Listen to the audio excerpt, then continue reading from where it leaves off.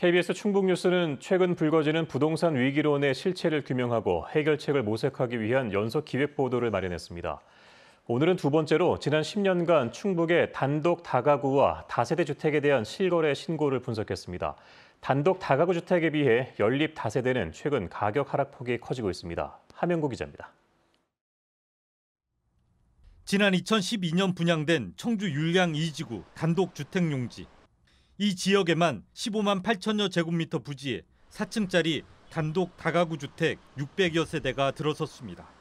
매매 가격은 인근 구도심에 비해 대부분 30% 이상 높습니다. 신축 기한이 10년 이상 된 것들, 그런 다가구 주택, 상가주택은 당연히 율량 2지구와 너무 차이가 나죠. 한 20-30% 더 날걸요?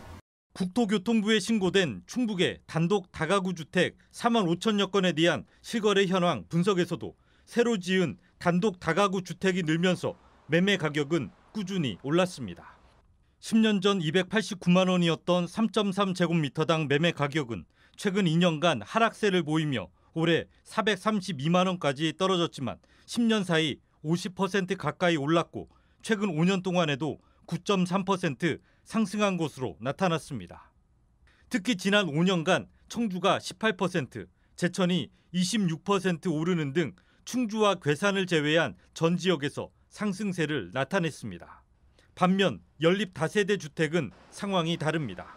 10년 전 290만 원이었던 3.3제곱미터당 평균 시세는 2016년 521만 원까지 오른 뒤 최근까지 하락세를 나타내고 있습니다. 최근 5년간 청주와 진천, 괴산군만 10에서 40% 이상 오른 반면 충북 대다수 지역은 최대 30% 이상 하락했습니다.